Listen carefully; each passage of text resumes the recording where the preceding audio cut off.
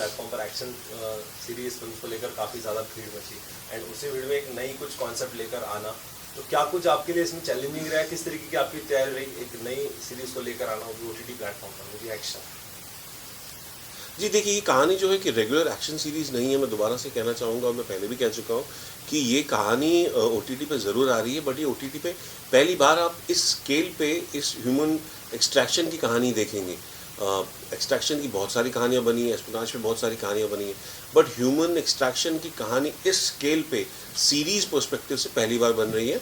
वो इसलिए ये अलग बनाती है इस कहानी को, बिकॉज इसमें 8 एपिसोड का ड्यूरेशन है, जिसमें मेकर्स के थ्रू और राइटर्स के थ्रू एज एन एक्टर आपको बहुत कुछ परफॉर्मेंस में डाइवर्ज करने का मौका मिलता है।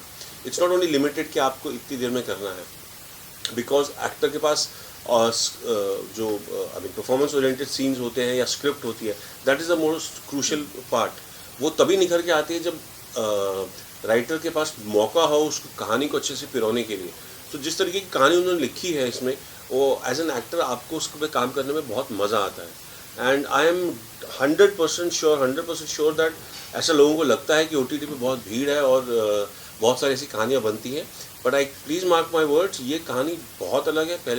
पहले कभी भी डिजिटल प्लेटफॉर्म पे सीरीज़ के रूप में इस तरीके की कहानी कभी नहीं बनाई गई है। एंड ऑब्वियसली नीरज पांडे जी का वर्ल्ड है, जो उनकी अलग ही एक बेहतरीन फ़ैन बेस है, एक डेडिकेटेड ऑडियंस है जो उनके हर काम का वेट करती है। मैं भी स्पेशल ऑप्स 1 देखने के बाद मैंने वेट किया था कि सर अगला क्या करेंगे। वो तो मुझे तब सपने में मालूम नहीं था कि सर के अगले प्रोजेक्ट में I will be a part of it. So I think उनकी जो फ़ैन बेस है वो बहुत ही कोर, बहुत स्ट्रॉन्ग है, and which you will see on 1 September on Disney+ Hotstar. Okay ma'am, आपसे पूछना चाहूँगी, जैसे हमने आपको साउथ के मूवीज़ में देखा है, Tamil, Telugu, and you are working with now Hindi film industry, so how is your experience? Especially Anupam sir भी है इस मूवी में, तो उनके साथ स्क्रीन शेयर करना is a very big dream. तो कैसा एक्सपीरियंस रहा आपका? और मोहित सर के साथ भी, मतलब उनका भी जो पहले का जो सीरीज़ हमने देखा है बैक टू बैक, तो आपका एक्सपीरियंस ओवरऑल कैसा रहा इसमें? मुझे जब ये कॉल आया था ये ऑडिशन के लिए, तब मैं केरला में एक साउथ मूवी के लिए शूट करी थी ऑन अ हाउस बोट, जहाँ नेटवर्क था भी नहीं। तो जब मुझे कॉल आया और ये मुझे डिटेल्स पता चली कि it's a Neeraj Pandey web series, Mohit Raina, Anupam Kher starring in it, तो तुम ज़्यादा सोचते नहीं, उसमें कोई सोचने वाली बात होती नहीं है। तुम हाँ बोल देते हो, तुम ऑडिशन देते हो, and then you can hope for the best. And it is a dream come true for me, for real, क्योंकि 4 साल पहले मैंने नीरज सर का नाम अपनी डायरी में लिखा था कि this is the director I would want to be introduced by, and I feel that dreams do come true. And about South, I have started my journey there, and I've got immense love from them. So yeah, I hope that I get the love from here too. It's been a great journey so far. अगर बात करूँ sir मैं direction की, तो 8 series का direction लेकर complete करना, वो भी साथ में एक्शन, एक नई कहानी लेकर आना, तो किस तरीके की आपकी तैयारी रही थी कि पूरी 8 को एक अलग ही रूप में लेकर जाने की?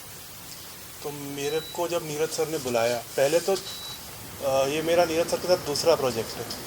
जब पहला प्रोजेक्ट कर रहा था तो हमारे दफ्तर में बहुत हुआ था कि एक बड़ा कोई सीरीज़ बन रहा है फ्रीलांसर नाम का।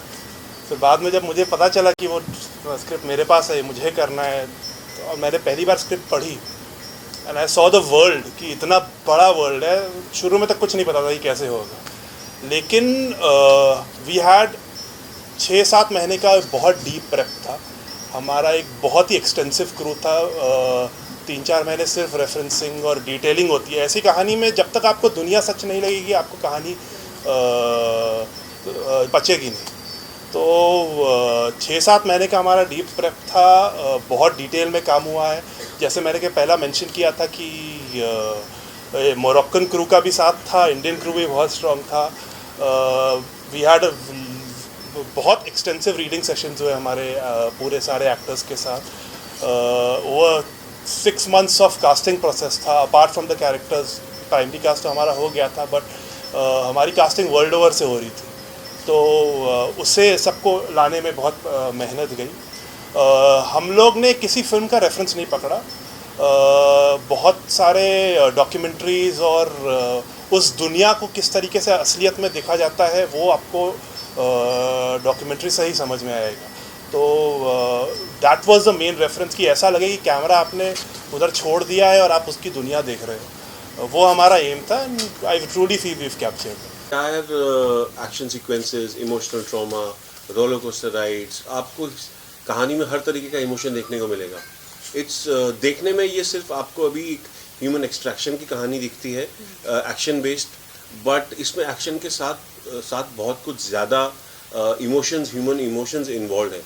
किस तरीके से आलिया का किरदार अपने पति से प्यार करती है, उनका इंटरपर्सनल रिलेशनशिप कैसा है, आलिया की उनकी माँ के साथ कैसा है, मेरा उनकी माँ के साथ उनसे जो मैंने वादा किया था वो interpersonal relationships, my character as a father, my character as a husband, as a friend, all these things play a lot of important factors in storytelling.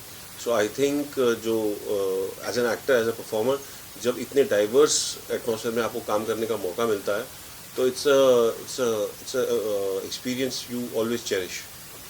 Mohit sir, मैं आपसे जानना चाहूँगा, इंडियन